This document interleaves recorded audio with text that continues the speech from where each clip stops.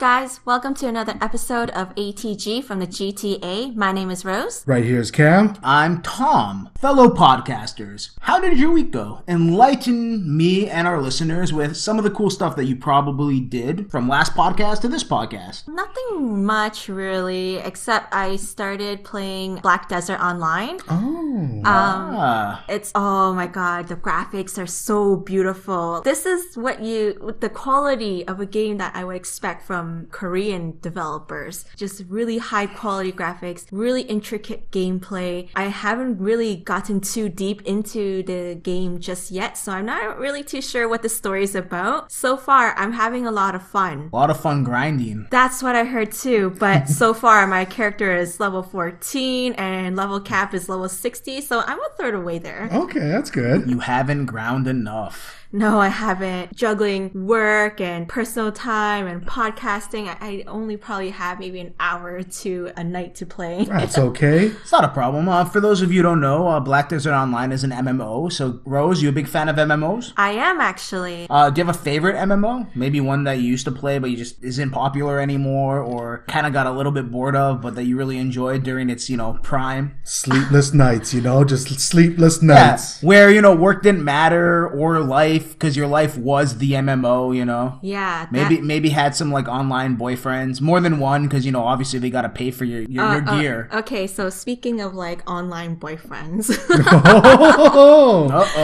Back in the day, I played Maple Story. Oh shit, that shit was cancer. I remember Maple Story. Another Korean grind fest. You really like Korean grind fest, apparently. Oh, okay. Well, my first Korean grind fest MMO is actually called Red Moon Online. For those of you who don't know, it's kind of got this Diablo kind of feel. There's only 9 characters you can play. Very cool. The level cap is 1,000. Oh shit. Holy. Every 100 levels, you get a new skill. Imagine 1,000 levels.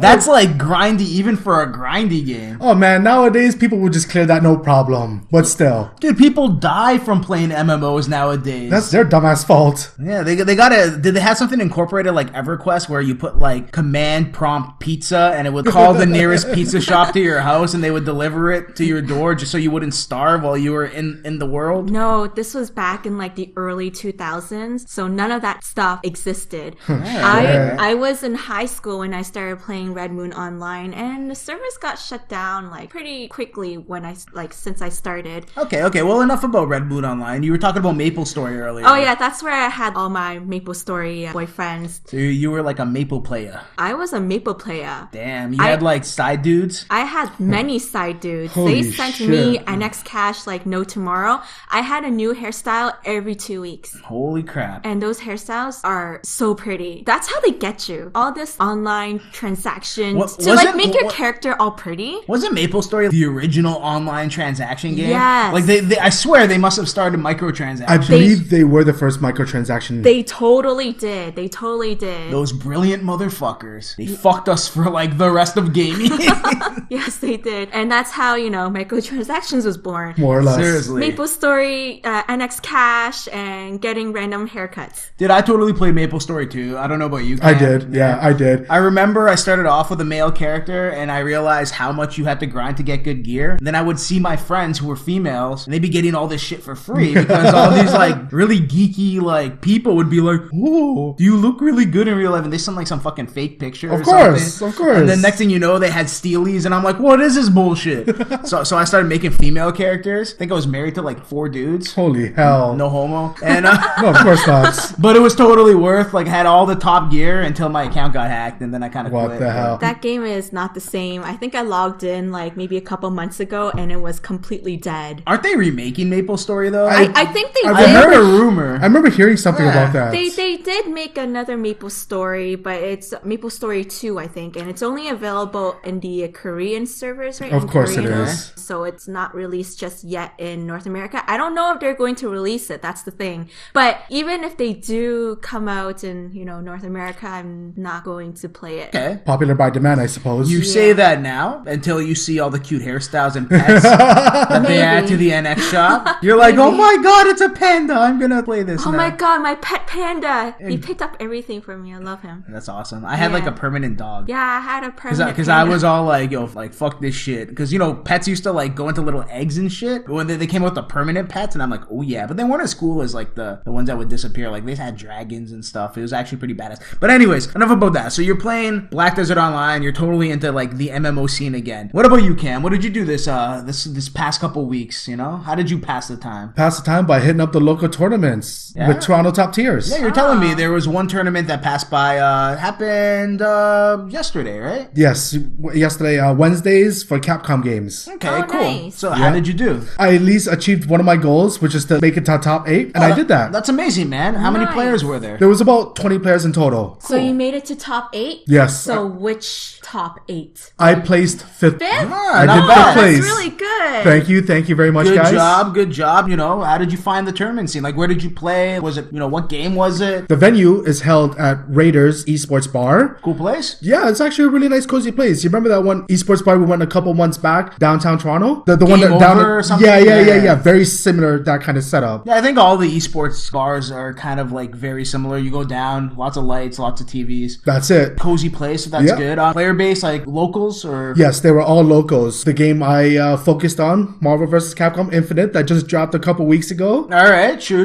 That game did just come out. Why don't you give us a quick little review of that game since you've been playing it a lot? All right, so far the netcode is amazing. Okay, explain for our viewers who don't know what you mean by netcode. Of course, netcode, you know, the connection of the online battles. Every now and again, you know, there's input lags and frame drops and everything. It happens. Sure. But for this game, so far, I have yet to run into any of them. Okay, so any lag that you've experienced has been 100% because of like your service provider. The game itself has been The game itself, the servers for the games have been phenomenal. So I've had a lot of fun with this game. So you've been playing online a lot then. I've been playing a lot online. All right, Yes. gameplay then. It goes back to the original roots of Marvel vs. Capcom 1. You know what that's my favorite. like. That's right. That is my favorite Marvel vs. Capcom game. Like, you know, 2 and 3, everybody was like, oh, it's good. I'm like, nah. Original MVC. My team was Strider Oh, yes. and Wolverine. Oh, hell yes, that was baby. my team, baby. And once in a while, I was throwing Morgan because, you know, Because it's Morgan. because she hot. I love Morgan. She's hot. Because she hot? She was all like, Shadow Blade, Sophist. I actually, speaking of Morgan, I started playing the Puzzle Fighter for the mobile phone. That's right. yeah. That dropped a couple weeks ago as well. How was that? I got Morgan. Nice. Very nice. It's over. So going back into it, the gameplay is a lot simpler as opposed to 3. Graphics though, I'm not feeling the graphics. Really? It's a PS4 game. Like, it was made for PS4. The Yeah. graphics should be pretty good, right? Yeah, well, compared to Marvel vs. Capcom 3, the graphics in this one was they're trying to go to the Marvel Cinematic Universe style. Okay, so it's not the graphics per se. Like, you just don't like the art style. Yes, sorry, that's what I mean to say, Alright. the art style. The graphics look good though, right? graphic good. Like the animations are fluid. The Yes. sprites look good. Yep. The effects are flashy. Yes. All right, so the graphics are good. Graphics are good, art style, not so good. So you're a, you know, a comic guy. Yeah? Yes, I am a comic guy. Marvel vs. Capcom 3 had the best looking comic books Totally, art style. totally. Music, I don't like the music at all. No. And they all sound generic, like the MCU music. Do they all sound like Guile's theme? No, I- they're not catchy at all. They're Man. not catchy. They're bland. They're dull. Dude, I wish they sounded like Giles' theme because that shit goes with everything. Oh hell yeah, man! Oh hell yeah! That's my ringtone. Really? That's actually pretty awesome. Dude, I'm gonna call you all the time now. It's like dun, dun, dun, dun, dun. Dun, dun, dun, dun. That's awesome. Yeah, that's actually pretty cool. Cool. Oh, This tournament did my thing, 5th place. Met some really cool people, taught me a thing or two. nice. That's the good thing about tournaments. Always learning how to be better. Oh, I have a question. Yeah, of course. You didn't talk about your team. Who was your team? My team, Ultron and Ryu. Oh, gotta have the Ryu. I just hope they get the hot Ryu skin. That's the only reason you're playing him, just for hopes of the hot Ryu skin. Of course. All right. Of course.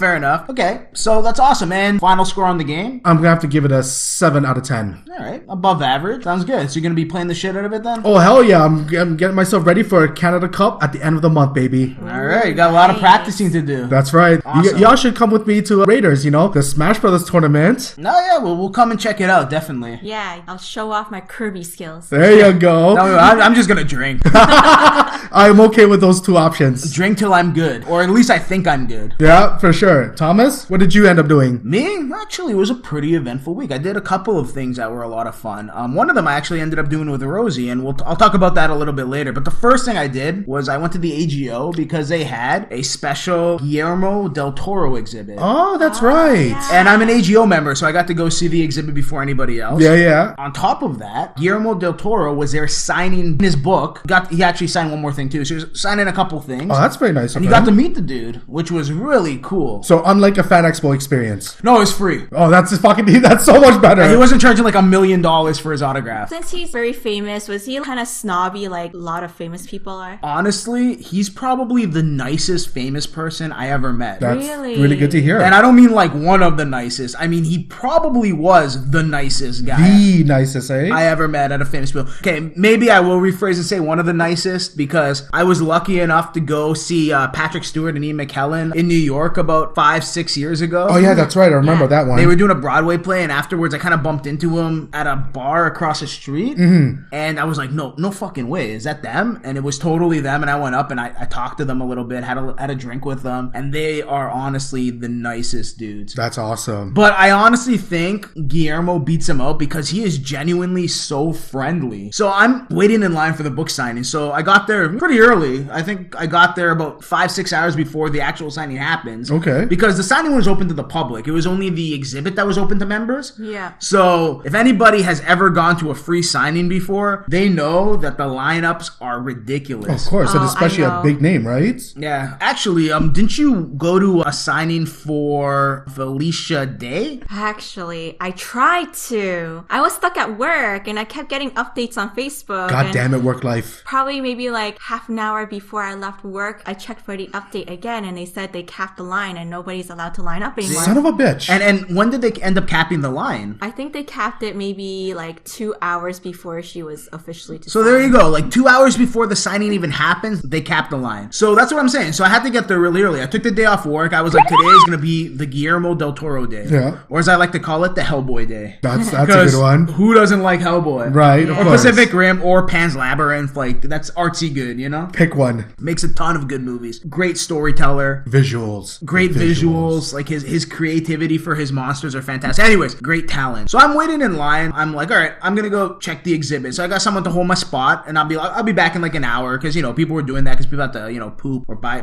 food or get some drinks. Yeah. It was like a really fun experience. I met a lot of really cool people in the line too. It was like I was camping. Yeah. Except all I saw was like people going to work, and I'm like, ha ha ha. But anyways, I went to see exhibit, and as I'm walking through the exhibit, I see this dude, and I'm like, this guy looks really familiar. And he's taking pictures of the exhibit and all the different displays and stuff like that. And I'm looking at this guy, and I'm like, okay, kind of resembles Del Toro. Wait, he was a Del Toro cosplayer? No, but close. Go on. But he's not dressed really fancy. He's kind of dressed like, really comfortable. Because, he was a big guy like Del Toro. Okay, so like casual comfy. And then I'm like, hold on, let me Google something. So I Google a picture of Del Toro just to make sure. Because I knew what he looked like. I had to hold it side to side. You had to make sure. And he had the same glasses, same hairstyle. And I'm like, holy shit, that's Guillermo Del Toro. Hold on. So you're telling me Guillermo del Toro was walking around taking pictures of his own exhibits? Yeah, he was loving it. Like that's why I was also questioning it too, because it was like the cutest thing in the world. He was like a tourist in his own exhibit. That's freaking hilarious. Because, like, let's be honest, he probably really has no say in how the exhibit's put up. Like, that's totally AGO. That's totally fair. Yeah. They hire a curator to do that, and, it's his vision, and he puts the exhibit up the way he thinks it would look. I'm sure Del Toro's definitely donated things from his own collection to exhibit. Probably original movie posters or little sculptures of, like, his monsters or something. Or the very first make of the costumes and whatnot, right? For sure. So he probably has seen a lot of the stuff, but he hasn't seen it displayed. It's probably like, and he probably has like this really cool room of awesome, like scary shit. Yeah. Which would be really cool. Del Toro, if you're listening to this, invite me to your room of scary shit. And don't forget to like and subscribe. Of course. So go on. So I'm like, this guy's totally Guillermo Del Toro. So I'm a little nervous because I'm like, all right, he's really enjoying his exhibit. I kind of feel like a douche to like bug him, but I totally have to go up and be like, you're fucking Guillermo del Toro. And the thing is, no one else noticed. Really? Like, there was no crowd. He was just totally doing his thing. He blended in. Hilarious. Dude, the guy's loaded, and he's wearing like this black polo and some faded jeans. Nothing fancy. I respect that. I go up and I'm like, excuse me, Guillermo? And he's like, oh, hey, what's up? And like the biggest smile on his face. Holy shit. I'm like, oh, hey, it's really nice to meet you. Like, I go, how do you like your exhibit? Like, the dumbest question. Like, Right. how do you like something that's like commemorating your own works? And he's like, oh, it's really nice. I'm taking pictures. And I'm like, dude, that's awesome. And the guy literally talked to me for 15 minutes. That's actually pretty Like, awesome. we had a conversation. He wasn't rushing me. He didn't have any handlers with him, no bodyguards, no nothing? No, just him. What? He was just chilling. It was What? just him. No escorts. No escorts. Nothing. Entourage is none? Nothing. Holy shit, that's amazing. Just him. As I was talking to him, at the end, like we literally talked 15 minutes. We were talking about like, oh, what my favorite movie was, and like, and he's asking me like, what about the movie did you like the best, and what about like this character did you like? And he was telling me like his inspirations. He's like, yeah, you know, growing up, the reason why I did this was so and so, and I'm like, wow, you're a really cool dude. And then he starts asking me like, what do you do for work? He's genuinely interested in my That's life. actually pretty cool, And man. I was like, what a nice guy. So I'm like, oh, Guillermo, I'm sorry to like disturb you even more. I'm like, can I get a picture? And he's like, of course you can. Like, don't even worry about it. We'll take a bunch. And I'm like, selfie? He's like, hell yeah.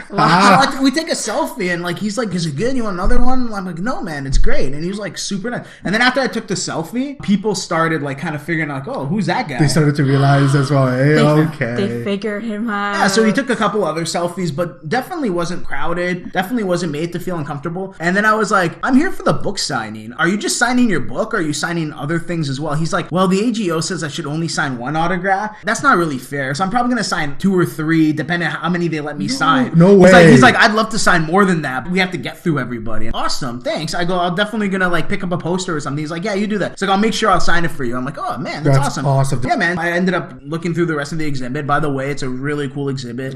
Awesome timing for Halloween, which I'm sure they planned. If you guys haven't been, you should definitely check it out. It's worth every penny. The AGO itself is a really cool place, but this exhibit is fantastic. All I have to say is if you like monsters, spooky shit, and you like Guillermo del Toro, you're gonna like this exhibit. Lined up, went to the book signing. After I finished checking out the exhibit, when I went back, my space was still reserved, thank God, because I would have like murdered that guy. The lineup tripled. By the end, when they started letting people in, it literally lapped around the whole AGO. Holy. Wow. So finally went in, met him, got 2 things signed. I got his book signed, which is actually really cool. The book's all about like how he got his inspirations for his movies and the monsters that he created. It's kind of like basically his biography, right? yeah, pretty much. Okay, cool. But like much more interesting. Of course. Got this AGO poster that had Hellboy on it. Nice. Got that signed too, which I'm definitely gonna get framed. It's really cool because the AGO made the poster. It's very artistic-y, so I like it. Problem is, okay, check this out. He's talking to everybody for like 5-10 minutes as they're signing, and he has these people who work for the AGO, and I guess maybe like someone who works for him too, and they're trying to like move people along, and people are like, Guillermo, can I get a picture with you? And he's like, of course you can. And they're like, oh, no, we don't have time. And he's like, we have time. Oh my god. Wait. Fuck you, we have time. He's like, we At have what time did he start signing? He started signing at 4. Okay. Okay. When I got in, it was about 4:45, and I was relatively close to the front. When I got in, there was another lineup. Oh, wow. Damn. By the time I got my autographs, it was around like 5:30. Okay. We were in the front-ish. This lineup like spanned around the whole building. Wow. So he was signing until 9. Oh my god. But I guarantee you the amount of time he takes with each fan, he genuinely appreciates his fans. That's And amazing. he genuinely wants to like talk to them. He even had almonds because he really enjoys smoked almonds. Okay. And he was like, would you like an almond? Oh my god. No way. Yeah. Did seriously. you have a smoked almond? Yeah, totally. How can you say no to Guillermo del Toro? He's like, you want an almond? I'm like, yes, I Oh, do. hell yeah, man. Hopefully everybody got an autograph because waited for so many hours. Yeah. But I don't think they did, man. Oh, man. With the amount of time he spent talking to the fans, right? I Dude, suppose. like you can really appreciate how kind and genuine he is with each one of his fans. Unless you're the guy at the back of the line, and then you were like, "What the fuck? Just do it like Fan Expo. Like, don't even look at me. Go, Lick and go. Lick and go. Lick and go. Lick go. That's right. That sounds like so much fun. I wish I could have gone to the Del Toro exhibit with you. He seems like a really cool guy. He was really cool. I no regrets. Well, it was like the perfect thing for Halloween, right? Yeah, totally. Speaking of Halloween, didn't we do something spooky related? You're Yeah, right. we did. That's right. We went to the Pioneer Village escape room. Dude, how cool was that? That was freaking amazing. Like, I went to Pioneer Village, the Black Creek Pioneer Village, when I was, I don't know, like maybe grade 3 or something, to get that Pioneer Village. Yeah, of course. I think everybody did. I remember going with my school too, and I was like, this is the most boring thing in the world. I think the only exciting thing I did when I went there as a kid was churn butter. You know what? I didn't even get to go. That's You 'cause didn't? No. That's because your school probably took you to like prison or something. I had no childhood. There's no I remember going there when I was in like grade 2 or 3 and I had to dress up like Pioneer style. And my mom's like, what the fuck is Pioneer style? That's true. You do come from an Asian background. What, did you dress up like as an Asian pioneer? Like, Actually, according to my dad, our ancestors was first emperor of the Ming Dynasty. So I could have dressed up like a Chinese princess. That's would have been And awesome. that's Pioneer. But no, my mom made me wear jeans and a plaid shirt. Just a whatever. doesn't sound pioneer at all. No. That's lumberjack. Yeah, I didn't have that many options when I was a kid, but like it was really fun because we got to, when I was a kid, I got to experience Pioneer Village in the daytime. Now, I got to experience Pioneer Village in the night. For our listeners who aren't familiar with what we're talking about, Pioneer Village is an old schooly place in Toronto. Yeah. Historical site kind of thing. It's basically a historical museum. Yes, that's the word. But it's a museum as in that it's a town that's preserved Yes. Yeah. Yeah. in its specific time period, which is the pioneer times. Yeah, what you Yeah. see a lot of like in the movies and everything when they go visit. Those Yeah, you know, pilgrims Yes, and those pilgrims, that's it. Those hats with the little like buckles on them and turkeys and shotguns, like that bullshit. Yeah, you know? yeah. 90% of the year, it's boring as shit. Yep. Yeah. During the month of October, they turn it into this kick-ass haunted escape room. And not just any room, it's the whole fucking village It's itself. The whole village, you get to explore it. Yeah, you get to go to different houses, and these are like the original houses. Yes. And you get to just like rummage through shit. Like, don't get me wrong, there's certain parts that are blocked off because half this shit is irreplaceable. Yes. But you do get to rummage through a lot of it. Like, you get to like look under an old school fire truck and like The fire cabinets and yeah. shit. Or Yeah. like a tinner's shop where it's everything's made of tin and you get to lift up old bathtubs to Yeah. find clues. Yeah. Honestly, they did an amazing job. It's called Where Darkness Dwells, Where right? the dark things dwell. Yeah. Where Yes. the Dark Things Dwell. It's- So if it's you like- guys like escape rooms, definitely check out Where the Dark Things Dwell. Yeah, But it's run by Secret City Adventures. They also do other escape rooms as well, like the Casaloma escape room, the Murdoch Mystery escape room. But the interesting thing about the Where the Dark Things Dwell, it's just so much fun. There's just so many people who are working together with you or against you. I don't even know how I feel about how we did our escape room experience. Well, we did pretty good. We finished second. We didn't quite win, but But you know what? At least we completed. yeah, Most importantly. we completed it within the completed. time period. We were the second team to compete, which is actually pretty impressive considering there's how many teams are there? 8, I believe. I think there was 10. Yeah, 10, 10 teams. that's what it was. 10, Yeah. 10 teams. 10 teams of 6 people. So Yes. there's 60 people in the town with you trying to solve the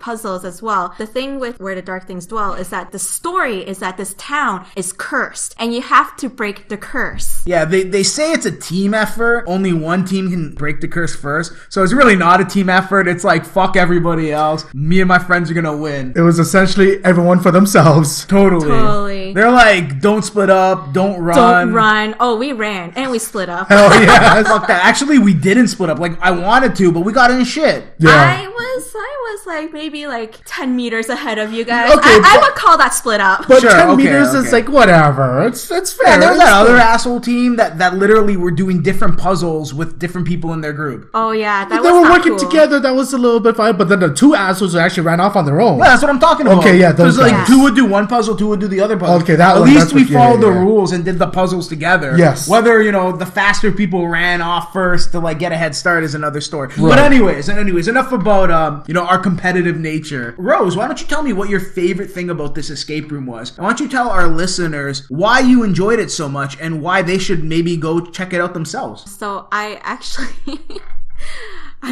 really like the lantern. Yeah. Oh, yes. Good point. See, what makes this escape room fun is that it's done in the dark. It's in the dark, so they supply you with these lanterns, and I just had so much fun holding a lantern, looking into the darkness. It had this like really realistic feel to it. Unlike other escape rooms where I've been in, that I've experienced, they're all in brightly lit rooms, and they just didn't have that kind of ambiance. Whereas in the Pioneer Village, it's completely dark. It's a freaking village that has no electricity, and all you have is a lantern, and it really gave me that Fatal Frame kind of feel. It's definitely dark. They actually made you sign a waiver that says if you fall and like break your face, not my problem. But just don't break the lantern because then you gotta pay for but the lantern thing, it gave you that vibe. Yeah, the lanterns, it was definitely really fun to carry that, because I think there was several times where like all the lantern holders like ran off and left everyone else in the dark. And you're like, where are you? Where are you? Follow the light. Follow the light. Which light? Because there's so many people carrying the lanterns. That's true too. Because all you would see is like little lights. People that were part of the actual game itself had different color lights. Like you had to look for a green light and a red light at one point. I'm not going to tell you why because I'm not going to ruin it for you. It's really sick when you and your friends are looking into the darkness and you see this tiny green light in the distance and you have to find that. What an awesome experience. You run towards it and there's a fence in front of you. But then they tell you, don't run. Oh yeah, I forgot. Who's not going? What a stupid rule. They just got to tell you that for like, safety purposes. Legal purposes. Fuck that shit. Okay, so tell our listeners why they should check it out. It's definitely worth checking out. You get to explore Historic Village. It's a lot of fun. The puzzles are they're not very hard, but they're very smart. They're very, they were well done puzzles. Sounds good, man. What about you, Cam? What did you really like about the escape room or escape village or whatever? Escape village details, they are important. And why don't you also tell the viewers why you think they should check it out? All right, so what I really liked about it, I ain't gonna lie, was the acting. These guys stayed in character. Oh yes. I will agree. Usually the acting is pretty cringe, or there aren't any at all. They're just like, all right, you're in the room, get out. Yes, a lot of the escape rooms that I've been to had no one in there. That's what I'm saying. It's just you and your friends. So these people could just simply be like, the puzzle, you just solve that one over there. No, for sure, I agree. I've been in a couple escape rooms that did have actors. Okay. And a lot of time it's really cringe. Like they don't give a shit. Mm-hmm. Yeah. And don't get me wrong, like there were cringe moments in this too. Of course. Yeah. This is obviously not like A-list Hollywood actors. It's not like, Ryan Reynolds is going to be right there. It's not like Brad Pitt's like, so you need to solve this riddle. That'd be sick though. That'd be pretty awesome. I'm going to have to say, I'm not going to lie. It was the acting and the interaction with the villagers. They stayed in character 100% of the way. No shit. I specifically remember a time where, because if you guys don't know Cam as well as we do, he's a weenie sometimes. Yeah, I am. And he was really scared to do this escape room. We had to pretty much drag his ass. Oh yeah. Actually, one of the actors broke character. I made her laugh. True. Okay, well, that was just whatever. Usually when you look someone in the eyes and go, you're really beautiful. No, I mean, you're gorgeous. It's going to be hard for them not to like laugh and at least say thank you. That was actually pretty damn adorable. Those eyes mesmerized me. What was I supposed to do? She was a witch. Yeah, man. Do you remember Cam liking the acting? Mm-hmm. So Cam, again, like I was saying, he's kind of scared and he was on edge for the whole escape village experience. I remember him running ahead with a lantern and we were going to the old firehouse and Cam's like, wait, I need to make sure no one's in here. And he looks and he's like, all clear, guys. It's all clear. We take a couple of steps in. And this is like one of these like cult members jumps out and goes, welcome to the firehouse. And Cam's like, oh my God. I hit such a high pitch that they thought there was a girl in front of me. Dude, I'm surprised he didn't pee himself. I can't lie, that was pretty damn funny. See, I didn't even get scared because I was too busy laughing because he literally just checked and he was like, coast is clear, guys. And he had a lantern. It's not like it was dark. But yeah, man, I agree. The acting, top notch. Reason why I say y'all should check this out is, again, the experience with the acting, the whole storyline thing is just a nice experience as opposed to they'll just throw you in a room and be like, all right, y'all got like 1 hour. That's it. This one is actually like a full-blown story and interaction. So how about you, Thomas? What did you like about this? And tell the viewers why they should go see it. All right. So for me, it had to have been the puzzles. Oh yes, the puzzles. The puzzles were legitimately pretty tough. Yeah. Like I've done my fair share of escape rooms, and I find that a lot of them are really easy, or if they are difficult, it's because something's not working properly. It's like, I remember, for example, I was doing an escape room. One of the puzzles was a sound puzzle. And you heard a sound, and you had to replicate the sound on one of those laser harps. What the hell? No, it sounds cool, right? Okay. Problem is, the laser harp didn't really work that well. So as you were trying to like pluck the laser harp to replicate the sound, like you would pluck it and it wouldn't make a sound because it didn't register you plucking it. So then you would keep doing it and then you would pluck it twice or 3 times. It was so unresponsive. I swear it took me like 30 minutes just to like solve that puzzle because it wasn't working properly. It's like trying to play a video game with severe lag. Holy hell. God, no. Yeah. I cannot deal with lag. Nope. Right? Nope. So, but this wasn't like that. Each puzzle was really well thought out and it was legitimately challenging because the puzzle itself was challenging. Yeah, it was a real like think outside the box kind of thing. And don't let that discourage you guys. Like, you should definitely still check it out because the cultists will always help you out a little bit.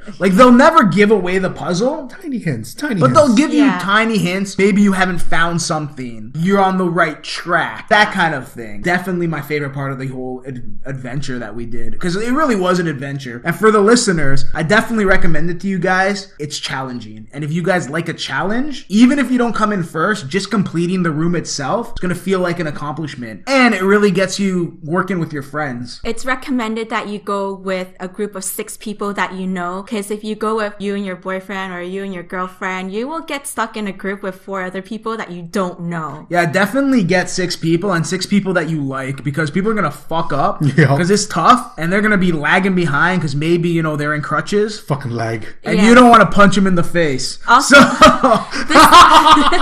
also, the Escape Village game is about an hour and a half to 2 hours, so you have to be prepared to stay outside, run around, make sure you pee before you play.